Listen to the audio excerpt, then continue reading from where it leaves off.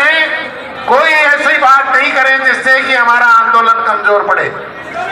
स्वेच्छा से व्यापार महासंघ ने कल मीटिंग करके और 30 तारीख से अनिश्चित काल के लिए मंडी को बंद करने का निर्णय लिया है और पूरे प्रेस में इस बात की उन्होंने जानकारी दे दी है कि नीमका थाना की मंडी, नीमका थाना की सब्जी मंडी और सारी मंडियां कल 30 तारीख से अनिश्चित काल के लिए बंद रहेंगी।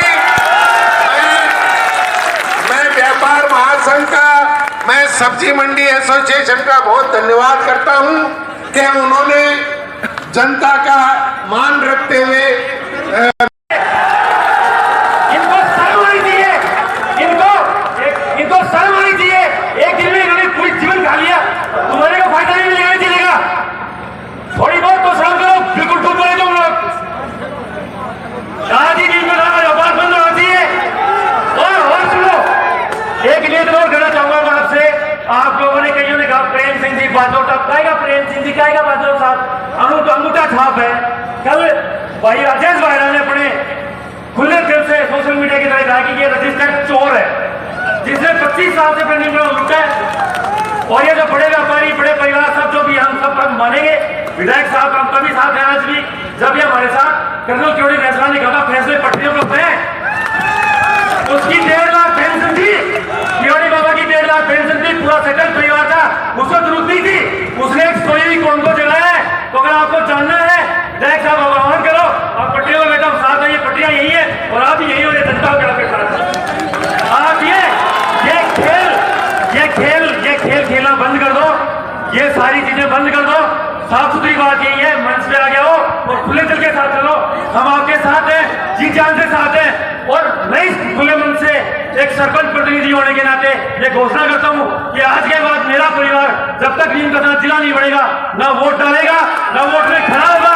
और हमारे सरपंच के पद से कल सुबह पूरी कॉलम इस्तीफा देगी, अभी बंद कराओ नीम, और नीम का थाना भी बंद होना चाहिए।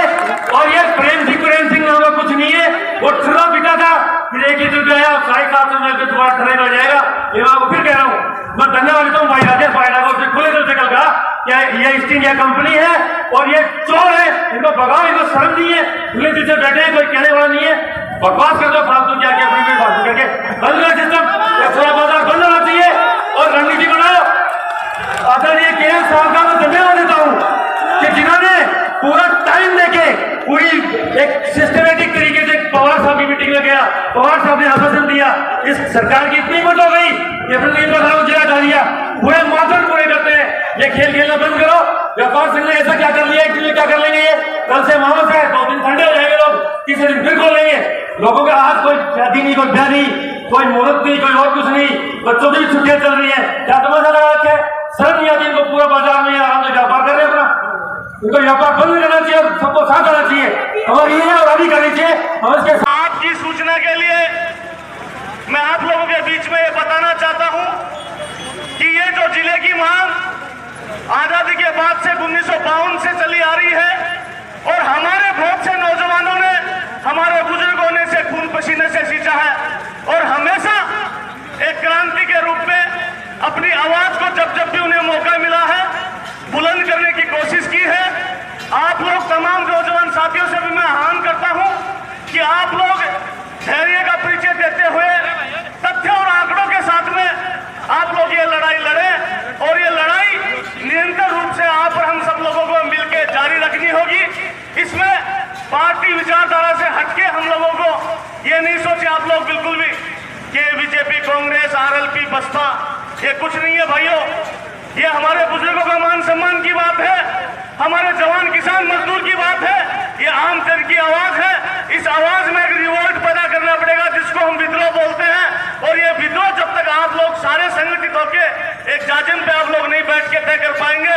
मैं संघर्ष समिति से मैं कहना चाहता हूं और मैं पार्टी विचारधारा से हटके भी ये कहना चाहता हूं इस मंच के माध्यम से कि इसमें बीजेपी कांग्रेस का कोई मतलब नहीं, इसमें ये नीम का थाना की बात है। हमारे नीम का थाना को जिला कैसे कायम रह सकता है, इसके लिए आप सब लोगों को अंतिम सांस तक लड़ना चाहिए। और मैं तो रिवोल्ट की बात अभी ये कह रहे थे कि व्यापारी वर्ग भाई वोट कमा लिए, बहुत कुछ कर लिया, इन्हें बंद करना चाहिए, शांति तरीके से बंद का आह्वान भी लोगों ने, बहुत से लोगों ने किया है। तो भाइयों, छोटे मोटे त्याग तो आप लोगों को करना पड़ेगा। अगर त्याग की भावना आप में नहीं है, रिश्ते, किसी भी रिश्ते में देख लो, अगर त्याग अगर मौजूद नहीं है आप में, अगर थोड़ा सा भी त्याग बलिदान की भावना नहीं है, तो आप रिजल्ट तक नहीं पूछ पाओगे।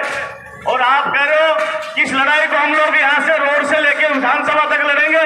निश्चित रूप से आपको विश्वास दिलाता हूँ, आपका बेटा, आपका भाई है राजेश भाड़ा, हमेशा आपके लिए अग्रणी पंक्ति में आपको खड़ा मिलेगा, इतना विश्वास आपको दिलाता हूँ।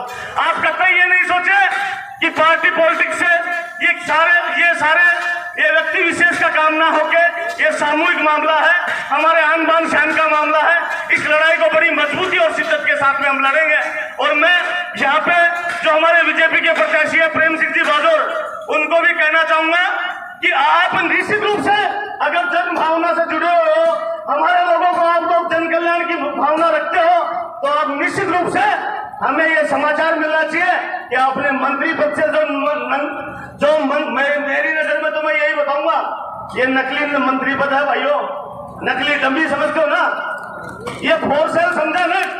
जैसे कार बाजार में गाड़ियों पे डब्बे लग के लिखा होता है कि गाड़ी बिका हुआ फोर सेल, ये फोर सेल है, ये डुप्लीकेट मंत्री है, कोई मंत्री नहीं है, कोई कैबिनेट का की बहुत बड़ा मंत्री है। इसको हम मांग करते हैं इस मंच के माध्यम से कि इन्हें तुरंत इस सरकार में रहते हुए इस्तीफे की मांग करते हैं या पुरजोर तरीके से। और विधायक साहब से भी मैं मोदी जी से भी कहना चाहता हूं कि आपको भगवान का दिया हुआ सब कुछ मिला है, आशीर्वाद अच्छा है और अच्छा व्यापार है। आप भी व्यापार के बारे में ऊपर नीचे मत सोचना कि भजनलाल सरकार से कोई ऊपर से फोन आ जाए कि क्या कर रहे हो एमएलए साहब, कैसा क्या चल रहा है। तो एमएलए साहब आप भी बैग मत होना, कभी ये सोचो कि यार हमारा व्यापार है बहुत बड़ा।